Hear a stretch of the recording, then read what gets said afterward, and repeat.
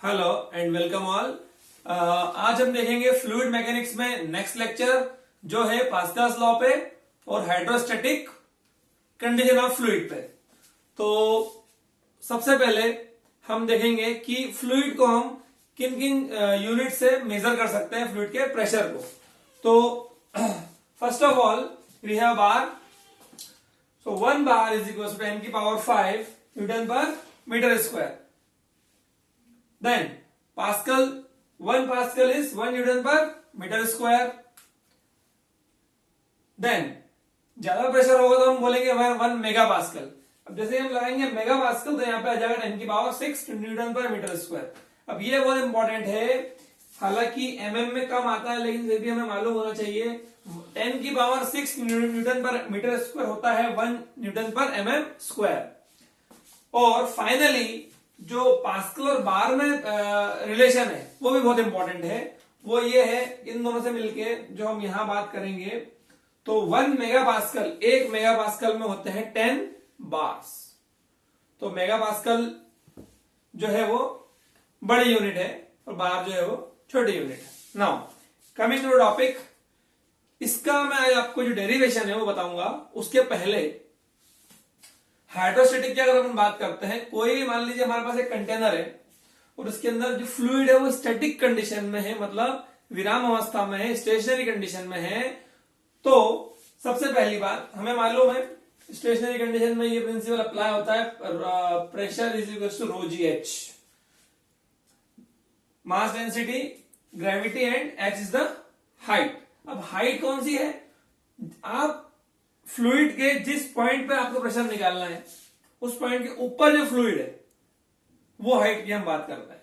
तो अभी हमने यहाँ पे डायग्राम में देख रहे हैं हम कि एक कंटेनर हमने लिया और यहाँ पे 3 पॉइंट हमने लिए हैं, ए, बी और सी। तो अगर हम बात करते हैं प्रेशर की, तो pressure at A is less than pressure at B is less than pressure at C. अगर हम वर्टिकली बात करेंगे तो जैसे जैसे हम नीचे आएंगे तो ये जो फ्लूइड है उसकी हाइट बढ़ती जा रही है। वो फ्लूइड की हाइट जैसे जैसे बढ़ती जाएगी वैसे वैसे सी पॉइंट पे मैक्सिमम प्रेशर रहेगा, बी पॉइंट पे उससे कम प्रेशर रहेगा, ए पॉइंट पे उससे कम प्रेशर रहेगा। So this is very important कि जैसे जैसे हम डेप्थ में जाएंगे वैसे वैसे जो प्रेशर है वो स्टेशनरी कंडीशन में फ्लूइड पे बढ़ता जाएगा। नाउ ये तो बात हुई वर्टिकल मूवमेंट की। अगर स्टेशनरी कंडीशन में मैं अज्यूम करता हूं कि सपोज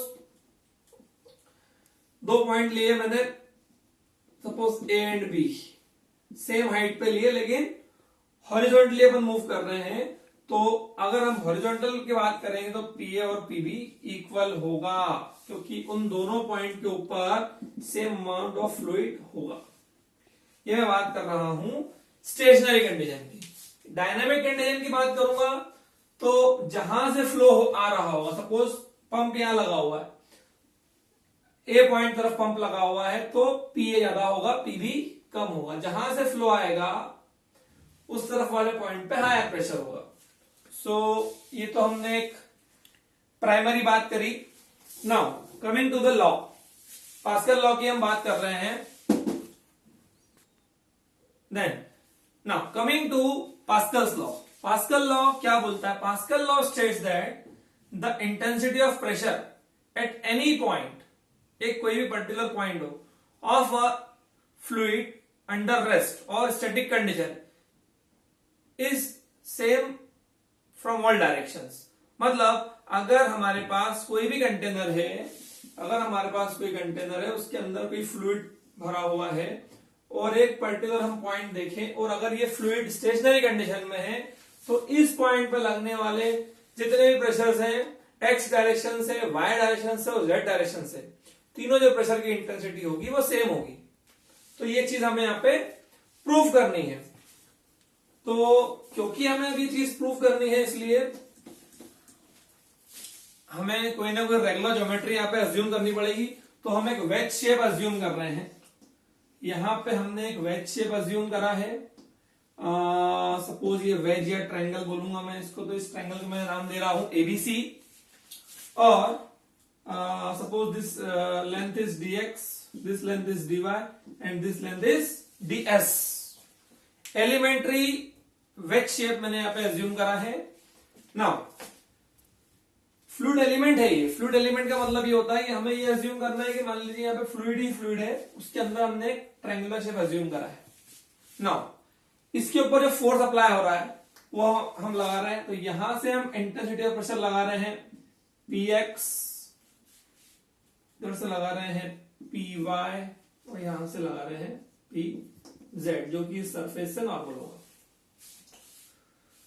तो जो एक्सिस है हमारी वो तो इस टाइप से रहेगी, x y z। अब यहां पे आपको एक इंपॉर्टेंट चीज मालूम होनी चाहिए कि x डायरेक्शन लिए मैंने, x डायरेक्शन में जो प्रेशर एक्ट करेगा वो रहेगा py और y डायरेक्शन में जो प्रेशर एक्ट करेगा वो रहेगा px। प्रेशर हमेशा अपनी नॉर्मल सरफेस पे अप्लाई होता है। अच्छा, इसकी जो इसकी लेंथ तो मैंने dy dx ds मानी है। थिकनेस अज्यूम कर रहे हैं हम 1, मतलब यूनिट थिकनेस है। ये जो भी हमारा वेज है इसकी थिकनेस यूनिट है, मतलब एक यूनिट, एक मान रहे हैं हम। Now what we have to prove, mathematically we have to prove that px is equals to py is equals to pz। तीनों का जो इंटेंसिटी है प्रेशर्स की वो सेम है। नाउ प्रूव करने के लिए हम यहाँ पे अज्यूम कर रहे हैं कि ये यहाँ पे एंगल थीटा है। नाउ क्योंकि इस चीज को हम बोल रहे हैं कि स्टेशनरी कंडीशन में, इसलिए यहाँ पे हम equations of equilibrium easily apply कर सकते हैं। So we are going to apply equations of equilibrium. So first of all resolving all the forces in vertical direction. जो भी वर्टिकल डायरेक्शन है उसमें हम फोर्सेस को रिजॉल्व कर रहे हैं, क्योंकि डायनामिक कंडीशन में नहीं है, फ्लूइड फ्लो नहीं हो रहा, इसलिए summation of all the forces acting in the vertical directions should be 0. Now, तो कौन कौन से फोर्स मेरे पास है? सबसे पहले तो सबसे पहले यहाँ पे फोर्स आएगा। अच्छा, यहाँ पे एक बात हमें और मालूम होनी चाहिए, since force is equal to pressure into area, तो यहाँ पे जो फोर्स एक्टिंग होगा वो रहेगा py। BC वाली फेस पे जो फोर्स अप्लाई होगा वो होगा py इंटू dx इंटू 1। अभी dx इंटू 1 क्या है? dx इंटू 1 है यहाँ पे एरिया, लेंथ इसकी dx से और जो थिकनेस है वो 1 है, इसलिए AB फेस पे जो प्रेशर लगेगा, प्रेशर फोर्स लगेगा वो लगेगा py into dy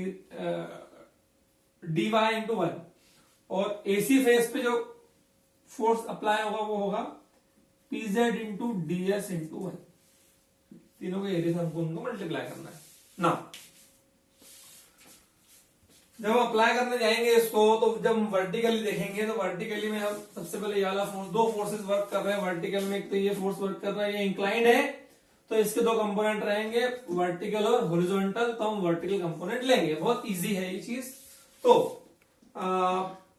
py into dx into 1 ये वाला फोर्स माइनस इस फोर्स के हम दो कंपोनेंट करेंगे। किसी भी फोर्स के हमको कंपोनेंट अगर करने हैं तो उसका हमें एंगल मालूम होना चाहिए। तो एंगल के लिए हमें यहां से एक वर्टिकल लाइन ड्रॉ कर रहा हूं, यहाँ पे एंगल बन रहा है थीटा, तो ये एंगल भी होगा थीटा। ध्यान से देखना, यहाँ पे गलती होती है, ये एंगल हो जाएगा 90, ये हो जाएगा 90 माइनस थीटा। अब अगर मैं यहां से हॉरिजॉन्टल बनाऊं एक लाइन, तो ये एंगल भी 90 है, तो ये एंगल फिर से हो जाएगा 90, ये 90 माइनस थीटा, मतलब वापस से ये एंगल हो जाएगा थीटा। तो हम कह सकते हैं कि ये जो फोर्स है इसका एंगल यहां हॉरिजॉन्टल से थीटा डिग्री है। तो ये हो जाएगा हमारा वर्टिकल कंपोनेंट आएगा pz into ds into 1 into sine theta minus इस पूरे वेज का हम एरिया भी मास भी लेंगे, तो मास हो जाएगा, उसका मास या वेट हो जाएगा W is equal to 0। Summation इन सबका समेशन 0 होना चाहिए। Now py dx into 1 minus pz जो रहेगा हमारा pz ds into 1 sine theta. इसमें साइन थीटा की वैल्यू लेंगे हम, तो dx अपॉन में ds, तो dx अपॉन ds से ये कैंसिल हो जाएगा माइनस। अब जहां बात वेट की आती है, तो वेट होता है हमारे पास, वेट इज m इंटू जी और m हो जाता है हमारा रो इंटू वी इंटू जी, और रो जी को एक साथ लेंगे। वॉल्यूम, वॉल्यूम हो जाएगा एरिया इंटू थिकनेस, थिकनेस 1 है। एरिया हो जाएगा इसका half base into height, triangle है इसलिए। अब उसका एरिया इतना कम है, 1/2 dx इंटू dy आएगा, तो ये नियरली इक्वल टू इसको हम 0 मानते हैं, तो ये नेग्लिजिबल रहता है, ये 0 हो जाता है, equal to 0। So finally we have this expression. इसको वहां ले जाते हैं उस तरफ दूसरे साइड पे, तो ये कैंसिल हो जाएगा। So P Y is equal to P Z. तो ये हमारा आधा प्रूफ हुआ। आगे बढ़ते हैं हम।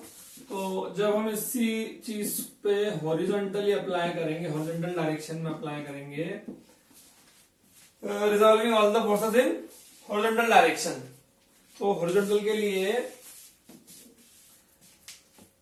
तो राइट साइड के फोर्स मानेंगे हम पॉजिटिव, लेफ्ट वाले को मानेंगे नेगेटिव। तो एक तो राइट वाला ये जा रहा है P X D Y into 1, P X D Y into 1, और ये वाला आएगा इस तरफ माइनस में, तो minus P Z T S into 1 into cos theta. इस ट्राइंगल की बात करेंगे हम, कॉस थीटा तो हो जाएगा D Y by D S, 0 P X into D Y into minus D S into D Y by D S से D S पे कैंसिल हो जाएगा, और जैसे ही ये इस तरफ जाएगा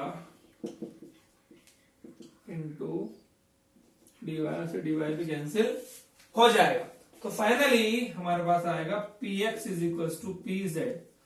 तो जब हम इन दोनों इक्वेशंस को क्लब करके लिखेंगे, तो finally we have P X is equal to P Y equal to P Z.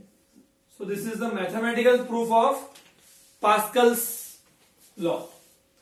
तो पास्कल लॉ का जो ये मैथमेटिकल प्रूफ था, पास्कल लॉ ने कुछ नहीं बोला। पास्कल लॉ सिंपल ये बात बोलता है, अगर कोई फ्लूइड स्टेशनरी कंडीशन में है तो, और अगर हम उसका कोई भी एक पर्टिकुलर पॉइंट पे प्रेशर मेजर करते हैं हर डायरेक्शन से, पी एक्स पी वाई और पी जेड से, तो उन सभी की इंटेंसिटी सेम होती है, उसमें डिफरेंस नहीं होता है, तभी वही फ्लूइड स्टेशनरी कंडीशन में होगा।